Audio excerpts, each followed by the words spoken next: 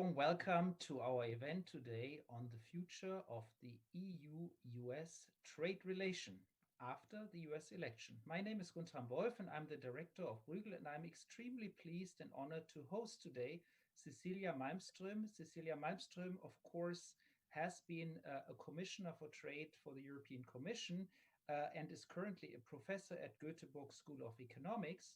And I'm also extremely pleased and honored to host Adam Posen. Adam Posen is the president of the Peterson Institute for International Economics, based in Washington, D.C., and so if I can say so, in the heart of the hurricane in Washington. And he will tell us how things are in the US and what is his view on the trade relation. Of course, this topic is an old topic, but it's a very, very important topic. I would say the starting point certainly has to be Trump's, I would call it, failed trade policy. President Trump came into office with a number of promises of what he wanted to achieve during his presidency in the trade realm. And the goals he wanted to achieve, such as reducing the trade deficit, he did not achieve with his approach of managed trade, managed bilateral trade. But in the meantime, he has done a lot of damage to the global trading system, but also to the bilateral trade relationship between the United States and Europe. And so I think when talking about this future trade relationship post-election, and we don't know what the outcome of that election will be, I think a number of dimensions certainly deserve a lot of reflection, and we will find time today to talk about these various dimensions. But let me just mention those three dimensions very quickly. I think the first is, of course, the more bilateral relation between the EU and the US. So there's the question of the steel tariffs. There's the question of course, Boeing, Airbus. There's the question of the threat that is still sort of in the air to impose tariffs on European automobiles driving on the streets of New York. So that's one dimension, the bilateral dimension. The second dimension is, of course, the US-China relation. And here again, I want to focus on the trade relation. I mean, the relation, there's many dimensions, but the trade relation is an important one and has implications for the European Union. And I think both presidents will take both possible presidents will take an approach to China that will have implications for European trade policy and the EU-US trade relations.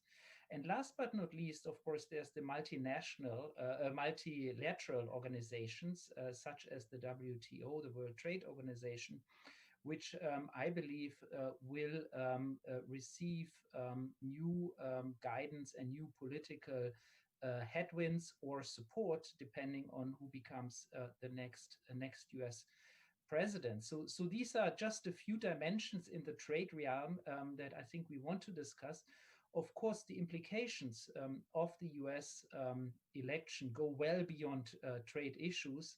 I think I would go as far as saying that the future perhaps of the Western world, as we call it, is at stake. We can't discuss all of those dimensions, so we want to focus primarily on the trade issues. But of course, with two such distinguished scholars and practitioners, we really also want to hear from them their broader views, but perhaps with the main focus really on the trade issues. I think that's enough from my side as an introduction to kick us off. And, I want to give first the floor to Adam Posen and then to Cecilia. Then I will moderate the discussion. But please, to the audience, let me remind you that we will have time to answer some of your questions towards the end. For that, you have to go on Slido and type in the code of the event. And ask your questions. And I will then pick some of those questions and bring them to our distinguished speakers today. Thank you so much again for joining, and let me give the floor to Adam. Adam, please. Thank you very much, Guntram. It is though a not happy topic, it is a pleasure for me to be back with you and Cecilia and to be back with Bruegel's audience. As I mentioned on Twitter, 3.5+ years ago in January 2017, we did another joint event about the trade policies of what the Trump administration would be. And of course, Cecilia spent a couple of years negotiating with them, and things unfortunately turned out just as badly as we forecast, both in terms of what they did, and as you rightly cite, and colleagues of mine at Peterson like Chad Bown have documented, it has been a failed policy. Okay, fine. So where do we go from here? I think we are all counting on the fact that President Trump is unlikely to be reelected, but the possibility remains real.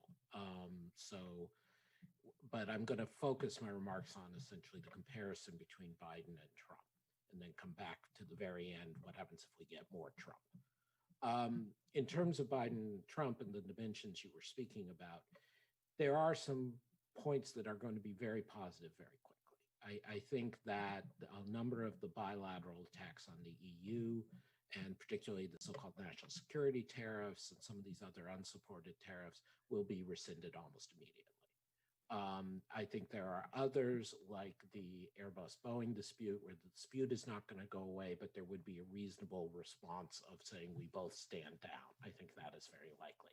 So I think a lot of those sort of very overt short-term tensions can be quickly diffused by Biden. I think as well, Biden, going to your second point, is very committed to, just as a foreign policy matter, as an effectiveness matter, as much as principle, to having allies, EU, Japan, Australia, and others align with the US on trade issues with China, particularly issues of subsidies code and dispute settlement. And these are, again, very practical, high stakes issues, things Cecilia beat her head against with the Trumpies before. And we know that the working level, senior working level, particularly EU, Japan, US representatives, have a proposal essentially ready to go on trying to do a WTO, or at least a plurilateral approach on industrial subsidies in China. And so that could be effective, and it at least would be better than what we currently have. So on those senses, we're going to move very quickly in a positive direction. But I do think we need to be realistic about what Biden will do, both what he will want to do and what he will be constrained to do. The first point is this will be not a left-wing administration by European standards if Biden wins, but it will be much more left than any American administration has been for decades. And as a result, the unions, which are generally very weak in the US and are generally the most anti-trade major interest group, will have more control over policy. Now, if there's a Democratic majority in the Senate, the upper house of Congress, they may get a real victory about minimum wage, about what's called card check, which is a way of letting union workers have more representation, but they are still unlikely to be too positive on trade. That said, they did agree to NAFTA revised, which I call NAFTA 0.8 because it actually is a step backward, but the positive side was there was an agreement on enforcement of labor standards and some environmental issues. And so that may give us room for even better EU-US relations, because on those standards, as we've tried to point out to the labor groups for a long time, the Europeans exceed the US. So there's even possible good news on that front. But now let me talk about the reality checks. First, the extent of suspicion, if not outright fear and anger at China, I think is not entirely justified, but it is widely held in Washington across both parties, across Congress. And so very aggressive measures against China will continue to be taken. And not all of those will Europe want to go along with. And so there will be continuing friction there.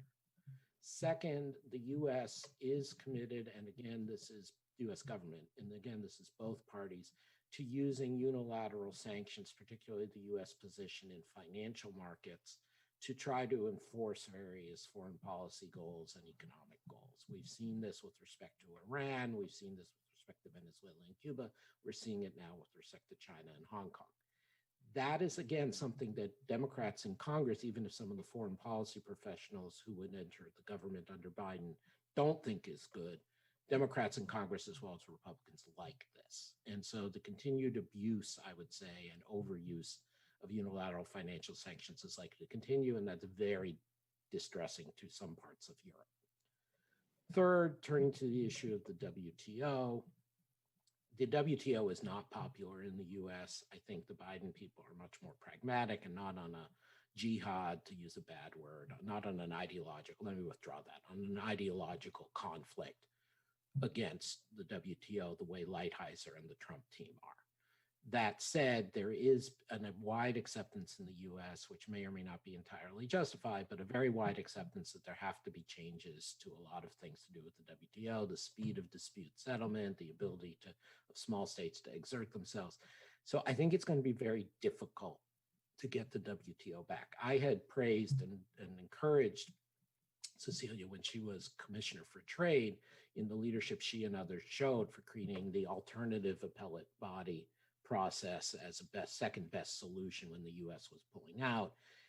We may be able to get the US realistically back into the dispute settlement process, but it's going to take some doing, and it may not all be efficient.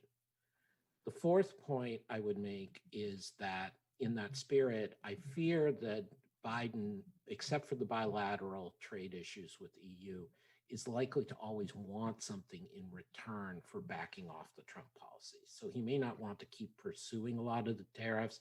He may not want to keep pursuing the attacks on WTO, but he may, in line with his announcing he wants to do a Buy America program for certain government spending and certain infrastructure spending, he may try to extract things, or his people may try to extract things. I think this is counterproductive, but ultimately it's a question of how nastily they do it and on what scale. But that remains to be played for, frankly. Three final points.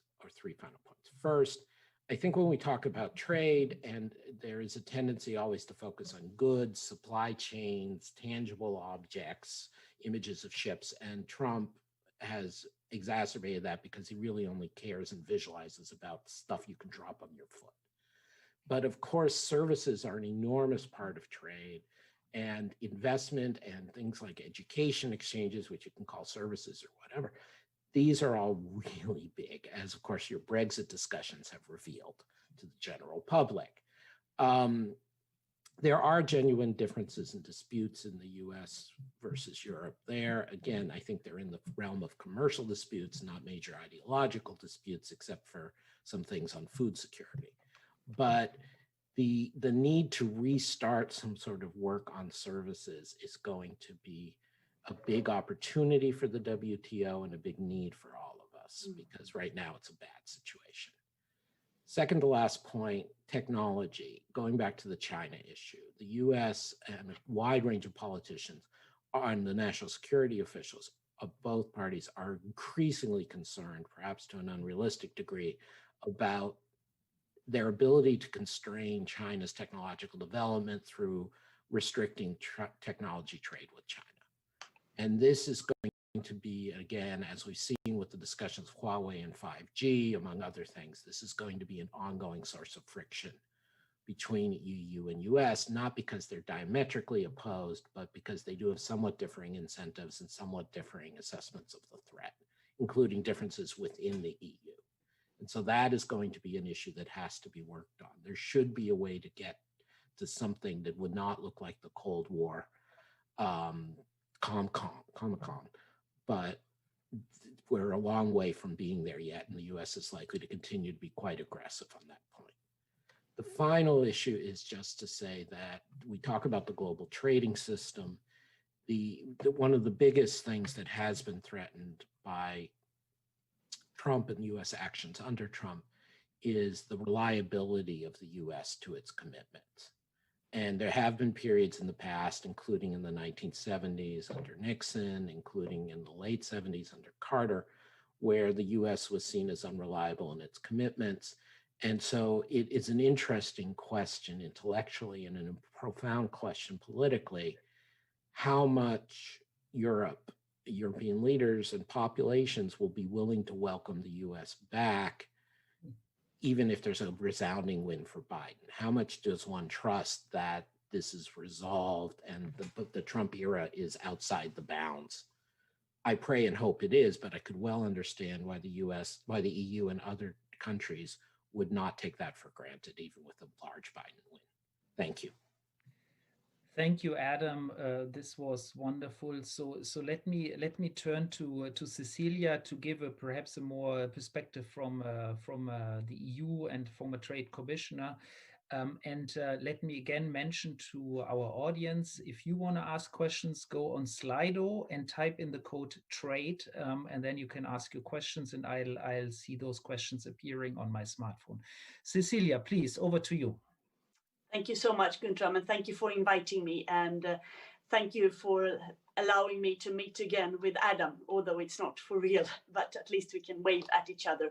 Good afternoon, ladies and gentlemen, as well. Well, I think the last years have been quite problematic for the EU-US relationship, transatlantic relations in general, but if we focus on trade, of course, TTIP was in trouble even before this administration took office. Even if we had made some leeway, we had difficulties, so it was put in the freezer already under Obama. We had the steel and aluminium tariffs, which are bad in itself, but also the motivation that these are done for security reasons, and that EU would be a sort of threat to national security of the US is, of course, extremely insulting for allies and friends. We have the threat of other tariffs, wine, car parts.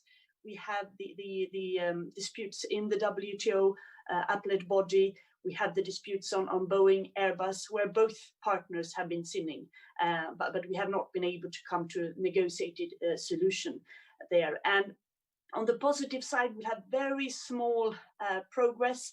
We didn't achieve a small trade agreement. We have a very, very modest agreement on lobster and ceramics, which is stuck in the European Parliament right now, unfortunately. But we have had some discussions on standards, where there's been some groundwork done, even if no conclusion yet. And the work that we did with Japan, EU and US, on trying to formulate new WTO rules on subsidies is a progress, I would say. That's something to build upon.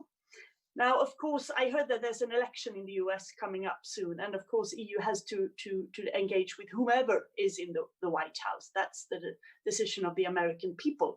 If Mr. Trump remains, I think there will be much of the same policy, but there's still a need to find some sort of agenda to see if we can engage to cooperate on China. I'll come back to that.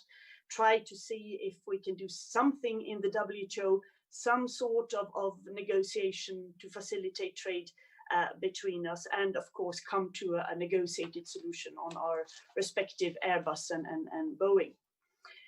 If Mr. Biden wins, I think there's a quite realistic expectations in Europe on what will be achieved. Europe and trade is definitely not top 10 of Mr. Biden's agenda. He will have to focus on domestic policies and some urgent issues like all governments. COVID crisis is, of course, the main, and the economy. But we think and we hope that there will be a new tone in the relationship. Mr. Biden has several times during his very long career expressed support and engagement for Europe and for the value of transatlantic cooperation and multilateral cooperation. So this is a good thing. Rejoining some of the international organizations, such as Paris Agreement. Mr. Biden said the last day that this would be done on number 1 day of his presidency. This would be very welcomed in Europe, of course, and open a whole range of possibilities, and also in some other security related matters, Iran and others. But focusing on trade, if we can get together with the US to see what we jointly can do to reform and to push for reforms in WTO, I think that would be very positive. There are discussions ongoing on digital trade, where the US is around the table. That maybe we could pursue. There is an old agreement that is in the freezer, but where we have joint interest to take it out again on environmental goods agreement would be beneficial for US industry, green tech industry, and Europe and many others. If we can take that out and see if we can make a plurilateral deal on that to take away tariffs on environmentally friendly goods, that would be good for the environment, and it would be good to show that WTO, or at least a group of members of WTO, are willing to move that organization forward. and engaging to try to find a solution on the appellate body would also be highly welcome.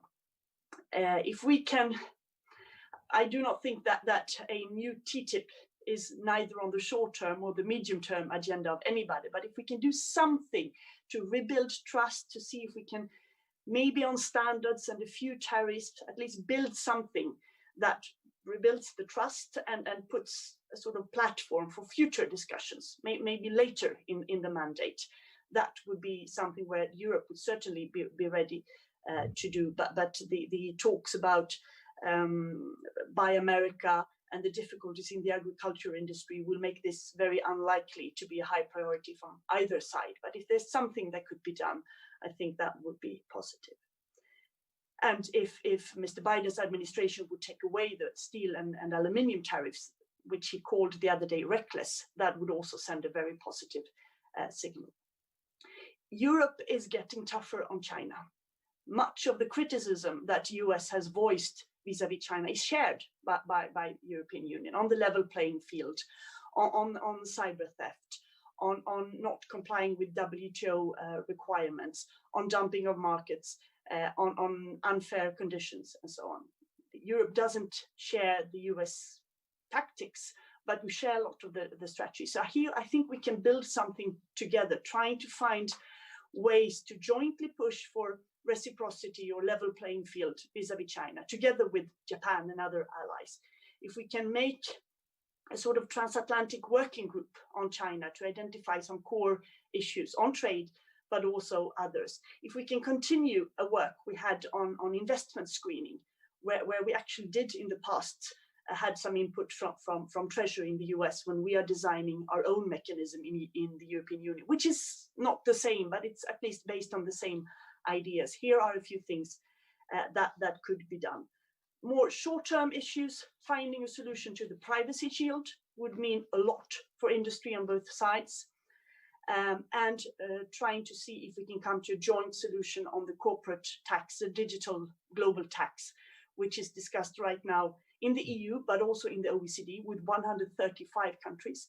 If we can find some common leeway there, I think that would also build trust, and it would be good for credibility of the transatlantic ship. So finding small but clearly identified pragmatic steps to rebuild trust, but also show that together we can actually achieve things, bearing in mind that yes, domestic agenda will be priority number one, but still identify some issues where we both gain and where we can show our citizens, our companies, that actually we can work together. That would be something where definitely many European countries would welcome. I think I stop there and I'm looking forward to the discussion. Sorry, Gundrun, can I just say two things really quickly? I mean, I'm delighted to, I'm not surprised by it, but delighted to hear Cecilia's vision is her realism, but also her desire to get things done. One thing which I didn't mention, which is critically important, is that even if Biden does go forward on climate change and rejoins Paris Accord, as we all hope he does, the US will be moving much more slowly than the EU is committed to doing. And so there is going to be a trade aspect of border adjustments that we're going to have to talk about. Yes. Somehow. True. And that's even if Biden does the right thing, which is stop. And second, just that we do need to do work in terms of trust and legitimizing to our peoples and for helping the world do better on vaccine nationalism and provision of protective equipment and related supplies. Again, Cecilia knows this, you know this. That also should be in the immediate agenda. And I'm hopeful that a Biden administration would put that in there. Thank you, Adam. I mean, I indeed wanted to dwell on two aspects. One is the climate aspect, and let's spend a bit of time on that one in a minute. But before doing that, let's focus perhaps a bit on the China issue, because Cecilia also mentioned it very prominently, as you did, Adam. And Cecilia made the strong statement that we share the concerns as Europeans. But we have different tactics. Now, perhaps we can I can push both of you to enlarge a little bit more on that, because of course, from a European point of view, yes, there's concerns about China, but yes, there's also big interests in China. And the notion that, and I think the current leadership in the EU, and certainly the Commission and the European Council President, share the view that they do want to continue engaging very strongly with China, also because it is such an economically important partner. At the same time, of course, there's the security worries, and there's the worries, Adam, and you referred to this, which are connected to technology, and which is perhaps the area where both the Biden and the Trump administration would continue to be extremely tough, perhaps futilely, in a futile way, because China's technological progress may be very hard to stop, and it may be even unreasonable to try to stop it. But the way that the U.S. administration, both under Biden as well as under Trump, will be tough on China on trade with digital technologies and broader technologies, will have massive implications for Europe, and could actually become a real headache for Europe, including by cutting value chains, even going as far as secondary sanctions on technology products and in European companies. So I think we are here in for a real risk that this will be extremely messy and extremely difficult for European companies, no matter who is in the White House. Adam, perhaps I let you react to that, and also Cecilia then after that. I'm afraid, Guntram, I don't have that much to react to, because I think you've characterized it very well. And just going to where you started about, and where Cecilia started about the toughening of EU versus China versus the interests and opportunities. The issue is not to make that go away. And similarly, the made in the US, which I think is a terrible policy, made in America, they call it, but the goal and the hope is that this becomes, in a sense, normal commercial disputes instead of trade war with many spillovers and escalations. And that may be the best we can settle for. And then, as you say, we'll come back to climate, but then hoping that things like climate and vaccines that force a trade choice, a trade regime choice, that the US in a Biden administration, I would expect, would ultimately do the right thing, might be a basis for moving forward. So but on the business side that you raise, it's incredibly important, but it's just a reality. I'm not sure what else I can say. Yeah. Cecilia, do you want to say a few words more on the strategic vision? No, I agree with that, but the way to address it is by being together, and by the EU having a united policy vis-a-vis China to show that we want to engage, but on certain conditions, and want to push jointly speaking with one voice on the need for reciprocity, on the need for respect and level playing fields, on the need for China to do certain promised reforms. And if we can do that together, all 27 of us, with the US and others, I think we have a bigger chance succeeding. Then we have this tougher rules on investment screening. The Commission will come up with new rules on state aid in public procurement, also expanding that to countries outside the European Union, not only to China, but that would also level the playing field a little bit. There has been a race of voice when it comes to the situation of human rights, which is of course deteriorating, not only the security law in Hong Kong, but also the terrible conditions in Xinjiang, in the Uyghur labor camps, where there could be a case, and this is a very strong consumer pressure right now, there could be a case for EU and US together to work in not buying some products that are clearly coming from slavery, from labor camps in those conditions as well. So there are things that we could do together, but of course we need to be we need to be very clear, and we need to be united, because lack of that has led also to the rule and divide, and has made us very weak. So let's talk a bit about the climate. Unless Adam, you wanted to react further to what Cecilia just said. So let's move to the climate issue, because Cecilia, you mentioned, of course, Paris and the COP process, and you know, the critical importance of this for global climate, but also for the EU's view on the US. But of course, the big thing, the big talk in town in Brussels at the moment is about the green, so-called Green Deal, which is supposed to make the EU carbon neutral by 2050 and has very ambitious goals for 2030. I mean, we shall see how whether we will achieve those goals. But suppose we will achieve those goals. A critical component then is indeed carbon border adjustment. In other words, a mechanism to prevent massive leakage of carbon intensive production elsewhere. And there's lots of debate how strong this carbon leakage actually is, but it is a clear concern on the side of the European policymakers. And I think many argue at the moment that with a Trump administration, it would be completely unfeasible to do something like this. Because the political leverage is just not there. While with the Biden administration, there might be some alignment. And Adam, you mentioned that the US will move more slowly, but still will move. So what could be a possible pathway here in terms of carbon border adjustment, climate ambitions, also vis-a-vis the rest of the world?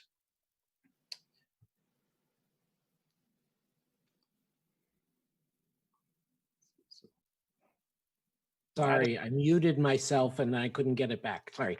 I think this sounds really bad, but I think this is something we still need to work on. I don't know what the right answer is. There are very serious economists who believe that a border adjustment tax is not necessary because the exchange rate will move. I don't think that's right, either politically or economically, but that argument has to be dealt with.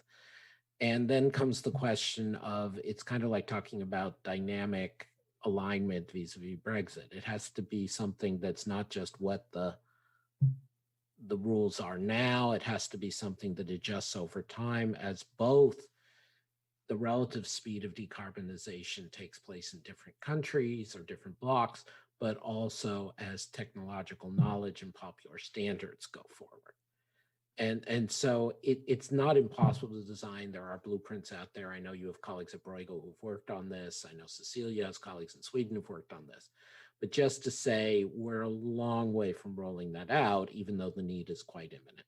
And I think that this is, and frankly, it's one of the places I want the Peterson Institute to do work in the next year, because I think it's an imminent need, but we're not there yet. And I'd love to hear either of you correct me and say, no, there's a clear way to go. But that, unfortunately, I don't think there is yet. Cecilia. Well, I mean, the EU certainly has put up very high standard on itself with the Green Deal, but also the issue of getting the recovery fund as green as possible with green bonds. I mean, this will break historical ground if that succeeds, and having this green recovery really mainstreaming everything it does. So there's some hope there, definitely. And I think that the EU and US could cooperate on a, very basic areas on boost climate cooperation. We could define green standards jointly, because there aren't any standards today. Actually, what is a green standard? If we set them together, we would really make a global. It would be a global advantage here. And if the US rejoins the Paris Agreement, definitely. There has always, even during this time, there's been good cooperation with cities and states and individual companies across the Atlantic, and that will continue and possibly getting deeper. On the border adjustment tax, this is a thing that is a good thought, but it's really hard to make in practice, because you need to make it work. You need to make sure that it's WTO compatible, and you need to make sure that you don't do that in a way to sort of distance your allies, but you do it together with them. Possibly you could start by sectors. There was a proposal to start with steel, for instance, and this could be done with with like-minded countries as well. I know that many sharp brains are working on how to design this, and it is going to be tricky to do it. And if we don't do that in full transparency and in cooperation with our American friends, we risk to alienate them. And there are many countries in the world who are discussing this right now. So we need to do it jointly, not on a global level, maybe, but at least with some allies as well, to see how we can do this in a way that is fair, that achieves its purpose, and that is compatible with international rules. I don't have that solution. I think it is, but let's not rush it, because we need to get that right. And we need to do it for the environment, not to get new money for the EU budget. So before I turn to the questions from the audience, perhaps we can spend a few more minutes on the WTO, the World Trade Organization, and the reform and the revival, potential revival or not, post US election. Adam, you already discussed it a bit, but of course, if you could enlarge a bit more on where you see a new administration put the emphasis, for example, as regards all the reform discussion and the dealing with state subsidies in China. I think that's certainly one dimension that I think a lot of listeners would be interested in. And similarly for you, Cecilia, I mean, where we are now creating this appellate body outside the main WTO without the US. Would that be closed down once we have a Biden administration, and we'll get back the US and the judges in the WTO, so that basically things go back to as they were before? Or will we go to a very different WTO, W2.0, WTO 2.0 or 3.0 post Biden? I mean, so I'd like to get the reactions from both of you on the WTO. Perhaps again, Adam first. I'm happy to have Cecilia go first. But anyway, my views in WTO are heavily influenced by my colleagues at Peterson, Chad Bown, Annabelle Gonzalez, Gary Huffbauer, Jeff Schott, who are known to all of you and who do work with and on the WTO. I think in terms of what's specifically going to be proposed, as I tried to say earlier, and I'll be interested in Cecilia's response, I think the existence of the alternative appellate body will help push the US back in, but the US, for domestic political reasons and because of frustrations here, is going to have to get something about the speed of which decisions are made, something about the ability to bring cases in about behind the border issues. And this is very tricky. And as my colleagues have pointed out, and you're all aware, the US has actually done very well for the most part in front of the appellate body. And there have been a number of cases against China that have been judged against China. So that can't be what they ask for. Then there will be the issue of enforcement. So a particularly infamous example is that Visa, MasterCard, the large credit card processors, which you may or may not like for various reasons, but they had a very legitimate case that they were being shut out of China in contravention of WTO agreements to bolster union pay the domestic Chinese competitor. And despite repeated WTO rulings, they've gotten very little actual relief or conformity. I mean, that's one example. There are others. And so this is something Democrats and Congress people in general are very big on, is the idea of enforcement in trade agreements. And so I think that's going to be where the action is. And that's new for WTO, because most countries comply with the decisions. And the US has actually been bad about complying in recent years as opposed to others. But so that's where I think the rhetorical and political emphasis would be. The other thing I want to say, though, is we have very studiously said nothing about a multilateral round, about a big trade round. Mm-hmm. And I think that's fine, because it's realistic and because the WTO serves a lot of useful purposes without that. But I think the American feelings of frustration with the WTO, which really date back to even the end of the first term of Obama, certainly the second term of Obama, had a lot to do with the frustrations of India, Brazil, and other individual countries blocking any kind of progress on a multilateral round.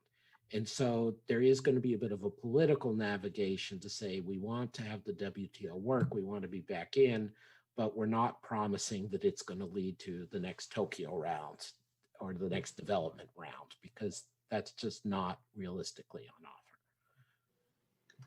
Well, WTO has been in trouble for a long time, of course, and but very soon, in a couple of weeks, hopefully, member states will agree on a new director general. It would be a woman for the first time.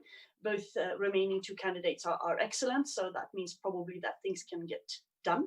There is a big reform agenda to address. Obviously, this will take time because it needs to be reformed both in the daily work, in the issues of transparency, in the issues of getting things done, updating the rules, and also the issue of what is a developing country and what is a developed country. And that really needs to be addressed. And on some of these matters, EU and US have aligned views and could cooperate.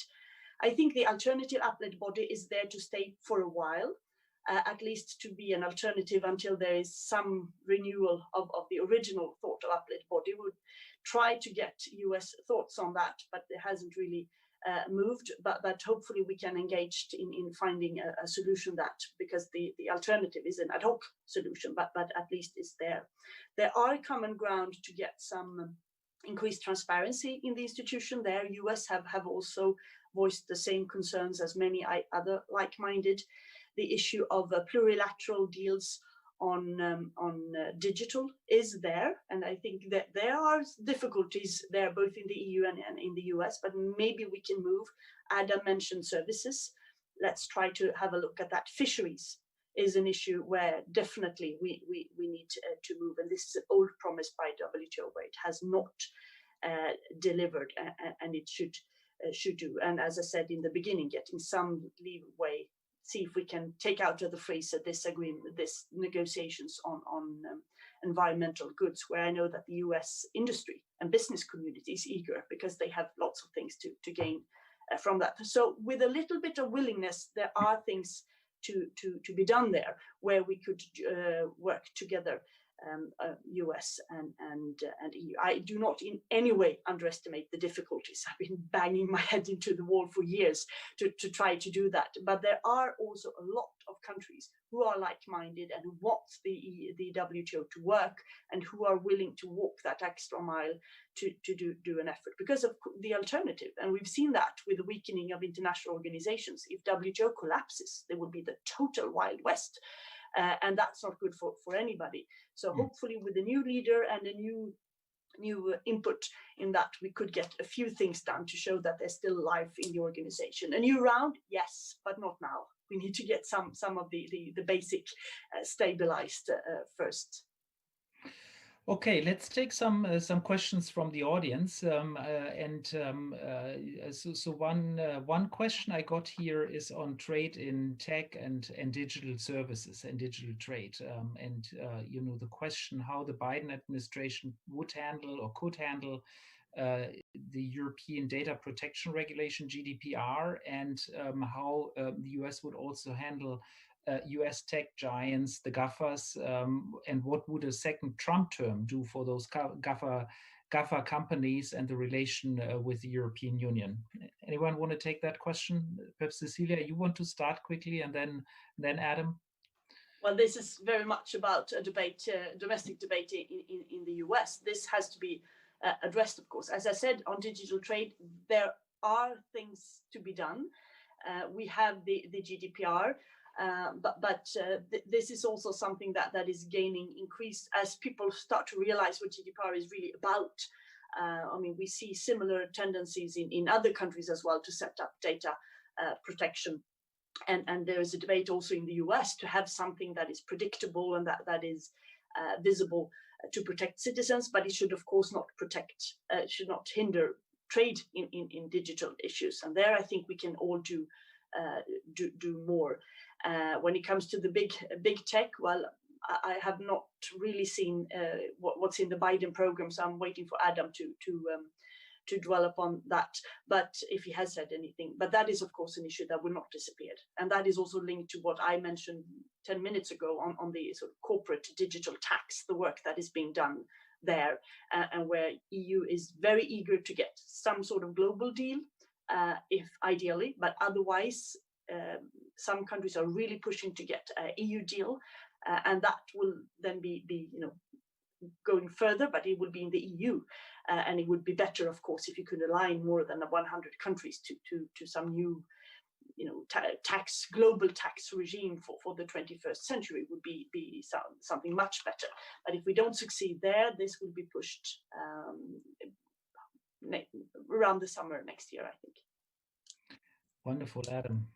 I'm actually reasonably optimistic on this set of issues about moving towards international cooperation and good sense if Biden gets in, because these are issues where the political impetus of the population and the left wing of the party actually does overlap with the economic technocratic aspects, and Biden's team seems to understand this very well.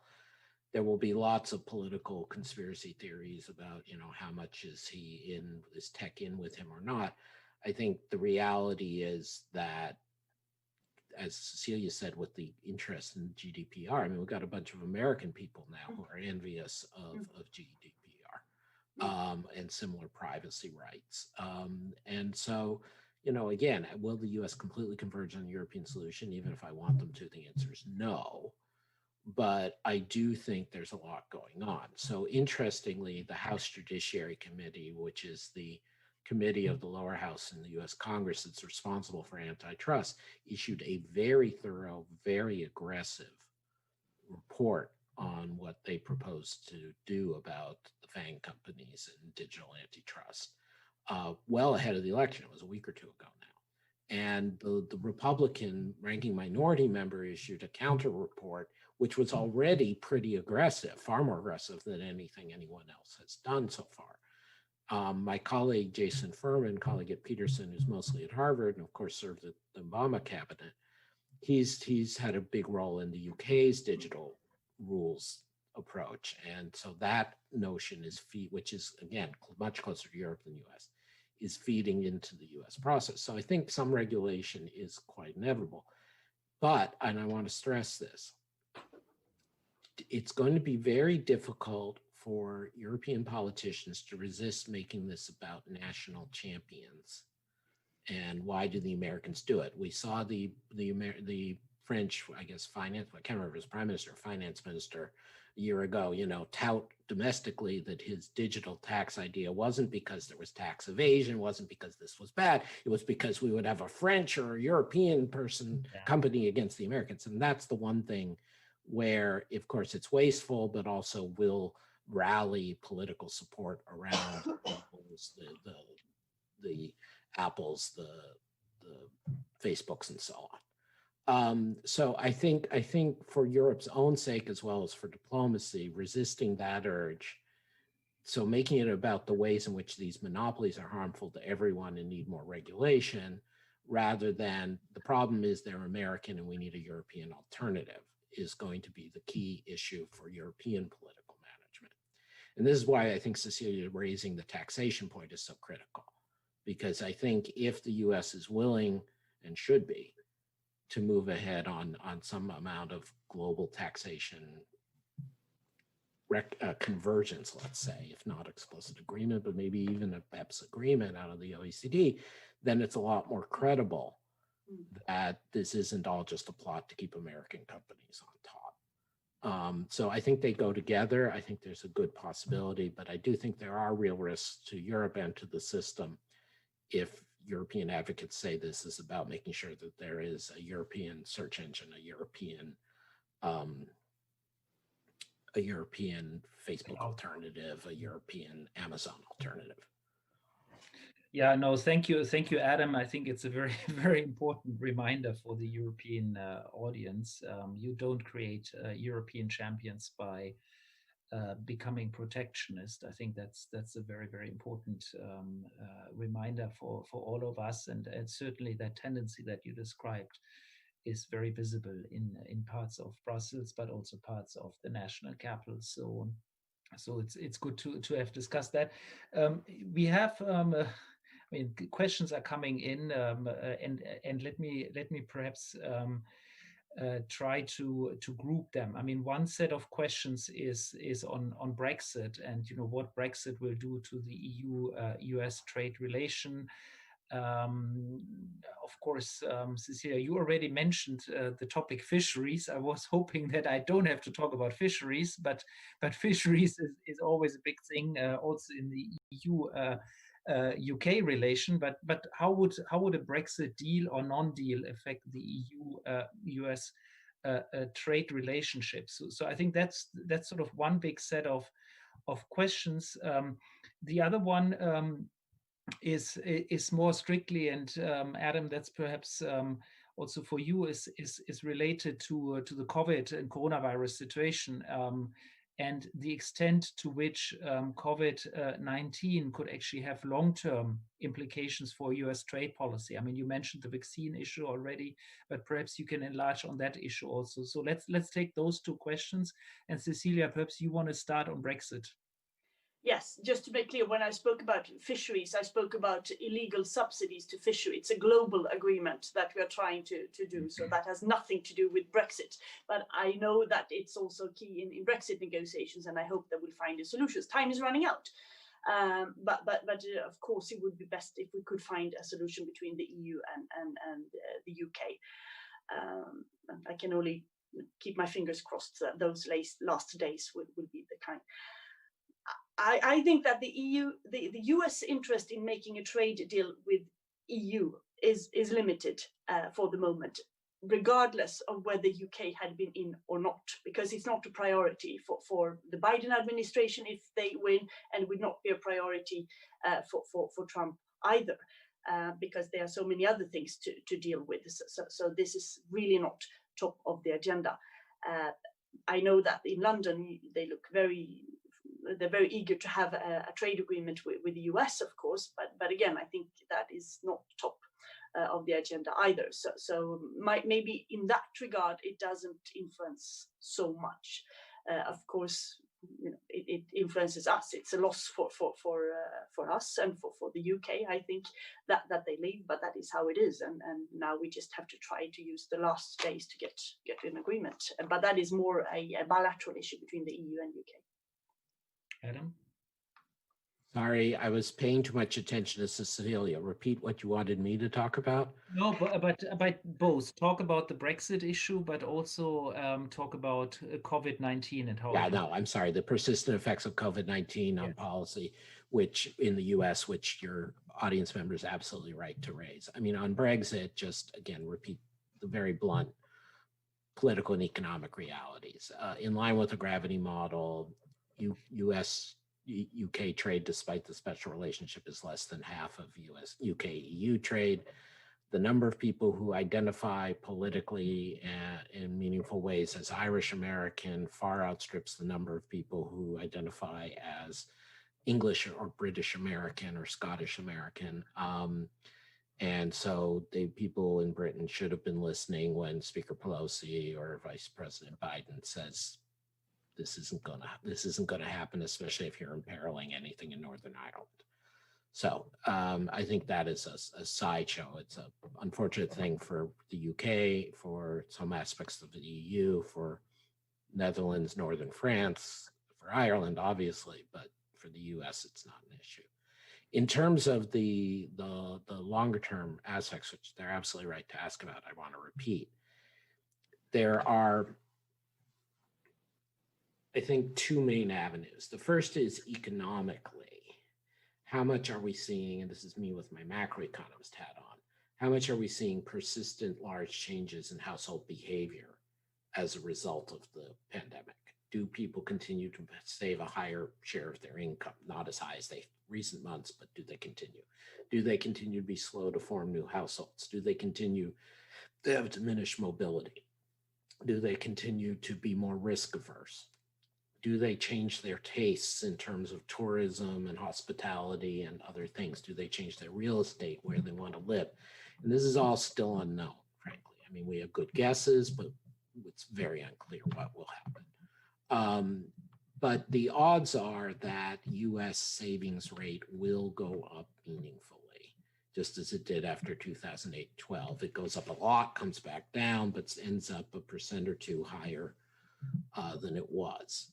It's not as clear that would happen in Europe because the welfare state is better and the savings rates are already high. It might, but it seems like the best guess is that the savings imbalance in between Europe and the US would shrink a little, which would adjust some things. The common thread of secular stagnation, of very low risk tolerance, of very low private sector investment, low returns and low interest rates is likely to be reinforced by the COVID, and that's likely to bear down on all the rich countries simultaneously and keep our central banks at very low interest rates with very large balance sheets. And so again, currency frictions and other things like that tend to recede. The other avenue, though, is the sense, and this goes back to the vaccine nationalism point, as my colleague Chad Bound's written about, is the extent to which people in the US and people in Europe say, oh, our response to the COVID crisis is we have to be more resilient. How are we more resilient? We're more self-reliant, we're more autarkic. And you hear this, and this is something, going back to the question I've not wanted to address, but what happens if Trump is reelected? Well, I think this gives incredible impetus politically to his idea that we don't want to have diversified sources of production. We want things produced at home being even not really Mexico and Canada, but in US. And this is an understandable political impulse for many people, but it is, of course, mistaken. We know that even if you're a very large, very diverse economy, you are better off having diversified sources of supply and not paying this enormous insurance premium than trying to do everything yourself, except for very specific limited things, which you can stockpile. And that is where I think the danger on the trade front from the persistent pandemic lies. So Cecilia, I mean, on this point, I also want to push you because the EU discourse on producing things locally has also picked up quite a bit, including on medical goods. And I make actually always exactly the same point as Adam just made, that stockpiling is the first best response. Diversifying suppliers is certainly also a possible response. You don't want to be dependent on just one supplier in one country if you want to if you care about your strategic autonomy and if you think there could be a political risk there. But I mean, the discourse is still there in Europe, and it's quite strong in some quarters. How do you see that play out, and also vis-a-vis the US, especially in the case of a Trump win? Well, I noticed that the concept strategic autonomy, sometimes there's an open before that, was absent from Mrs. von der Leyen's speech in the European Parliament. And it is also not in the working program, which I think is a good idea because it still has to be defined in a way that well, whatever it is, stockpiling some critical medical equipment, I think is normal after this pandemic in some countries. And of course, companies are already looking to diversify some of their value chains. They have been more to make them more flexible, more diversified, more resilient. This is not a decision that should come from Brussels. It's a decision that companies are already organizing their value chains architecture, and I think they're doing quite well. Then, of course, Europe is very, very dependent on certain raw materials. But that is not solved by creating, opening a lithium mine over a weekend. This takes years, and it's possibly not the cheapest way to resolve that either. So some self-sufficiency in some very critical material related to pandemics and so on, I think is totally normal. But we should not run into protectionism and fool ourselves that this is a way to solve future crises, because by and large, globalization, value chains, and trade has functioned during the pandemic. We have had food in our stores, we've had equipment, and it has functioned. So let's not mend it if it's not broken. Okay, I'm afraid we could go on for a very long time. There's many issues to discuss, but our time is over. So let me thank Adam and Cecilia. It was really wonderful to have you and say hello to you and discuss with you. And let me thank also our online audience for watching and for engaging. Please do visit our website and come back to our events. It's an enormous pleasure to have you. Thank you, Adam, and thank you, Cecilia. Thank you so much. It was a pleasure and an honor. Good night. Thanks to Cecilia, Guntram, and Bruegel. Thank